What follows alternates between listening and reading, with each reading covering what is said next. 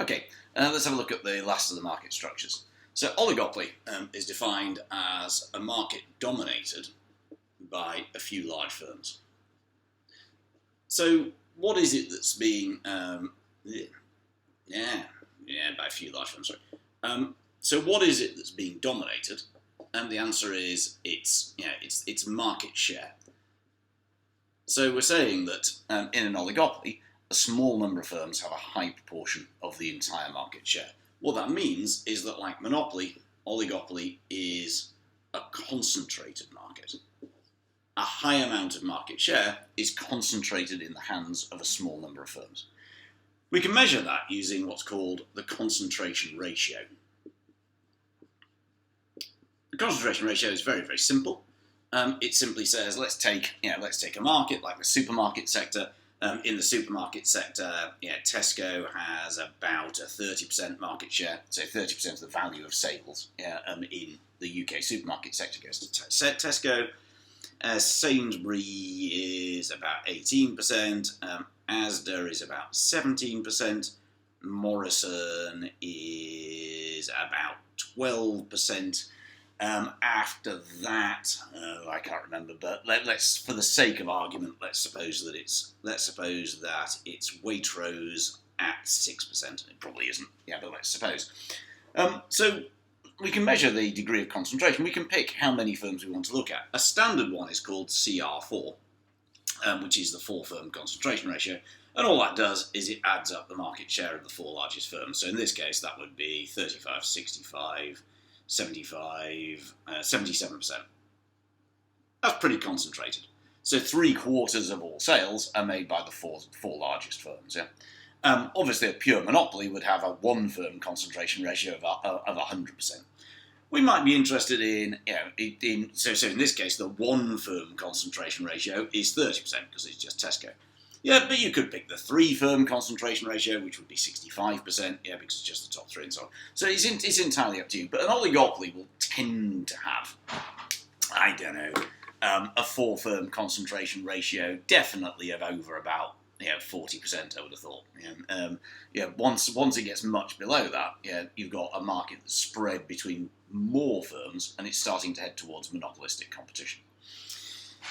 So I think when people think about oligopoly, then to kind of say, well, what should I be doing here? But the most important thing to remember is that oligopoly is really pretty much a version of monopoly. And when we talked about monopoly, we said there was this idea of working monopoly, and a working monopoly is essentially a market where the largest firm has over about 25%. Well, that's getting pretty. That really, you could say, that's pretty close to the supermarket sector here.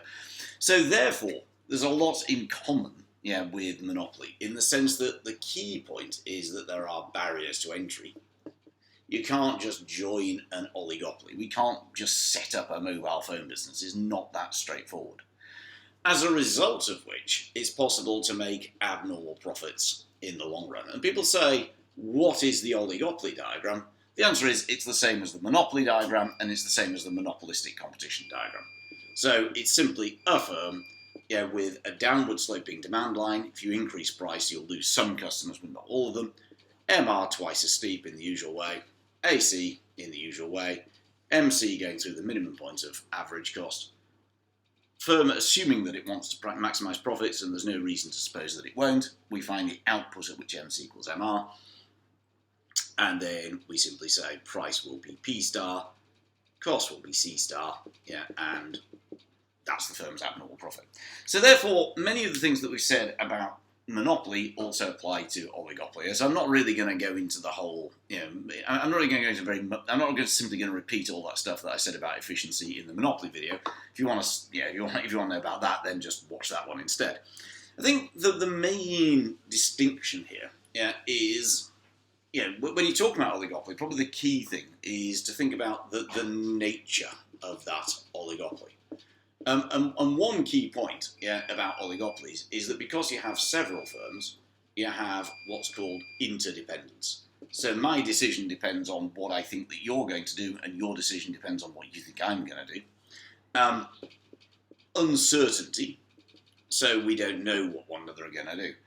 the combination of those tends to mean that often we'll have price stability because we're all too scared about changing our prices, because we're worried about what the other firm will do.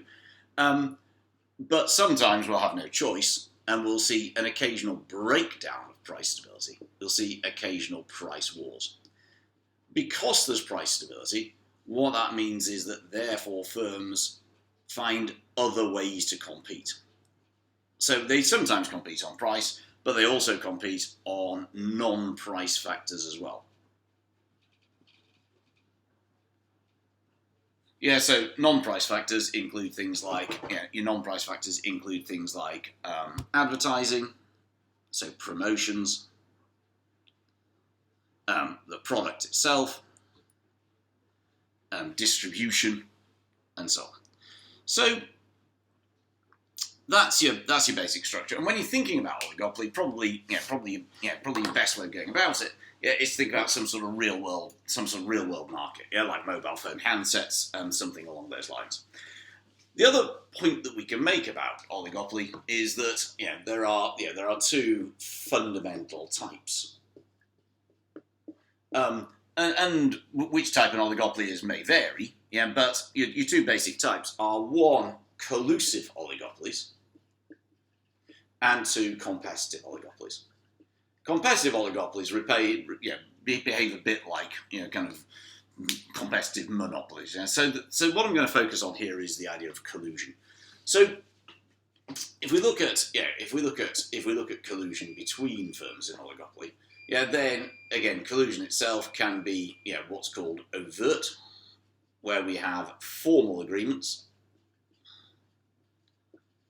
And we can agree on a whole variety of things. That could be, we could agree on price, we could agree on output, we could agree on markets that we're going to operate in, we could agree on standards, so we could agree not to introduce new environmental standards to keep our costs down and so on and so forth. So we could share information. There are lots of ways in which we can collude. For overt collusion is a formal agreement over all of these, or you can have what's called tacit collusion, where we do all those things, but it's secret, nobody knows about it. And often, therefore, if we got tacit, we need subtle forms of communication, and that's where things like price leadership come in, where one firm basically uses its price to signal to the others, that prices should go up or down.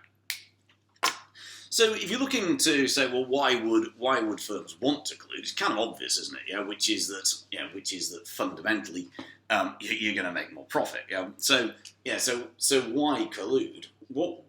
The simplest way of arguing this is that we know that a monopoly would make the most profit in a market. So therefore, the best that a group of oligopolists can do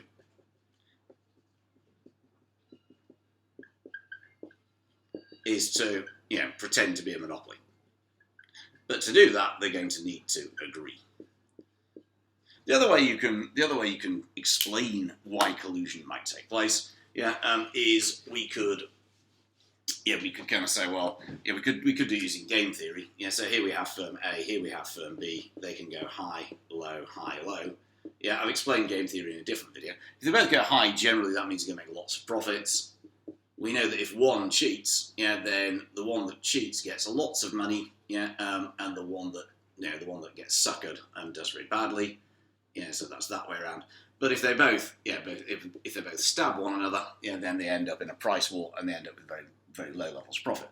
So if we're in a situation with a low price situation, then it makes sense to try to get some sort of agreement where we can move from a price war to a more stable situation. Collusion obviously is generally considered to be a bad thing for consumers, although there are circumstances in which collusion can sometimes be allowed. So there are permitted agreements on things like car distribution. So a car manufacturer can give licenses to distribute cars to a small number of outlets. yeah, that's a kind of a vertical agreement to ensure that high quality standards can be made and that type of thing. Whereas horizontal agreements, they can be allowed. So horizontally between firms at the same stage. That's mergers, which isn't on the redacted specification. But horizontal agreements, might be between firms at the same stage of production.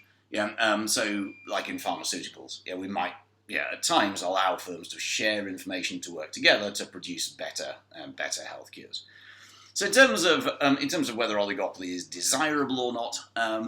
Much depends on whether it's collusive or competitive. If it's competitive, then you would hope, usually, to get the favourable features of monopoly, economies of scale, dynamic efficiency, and so on.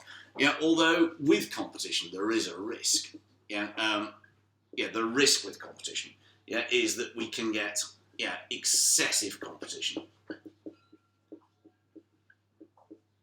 So you can get this idea of a race to the bottom where what happens is that we end up cutting quality, to be able to cut prices, or just kind of what I sometimes call competitive waste, which is the idea that we do things like we advertise unnecessarily, or we duplicate products to fill up market space, which is just a waste of resources. So essentially. A lot of the stuff in oligopoly we've covered elsewhere. We've talked about game theory elsewhere. Most of the arguments that you would make about oligopoly are also the same arguments that you make about monopoly, except obviously there are a number of firms. Collusive oligopoly arguably is the worst of all situations on the basis that they basically behave like a monopoly, but you don't have the same level of economies of scale because there are more firms. So, my best advice to you probably is if you look further down, there's an essay, there's obviously the usual questions, but there's also an essay at the bottom talking about, to what extent is oligopoly the best market structure. Have a look at the mark scheme there, and that'll give you some sort of idea about how best to structure it.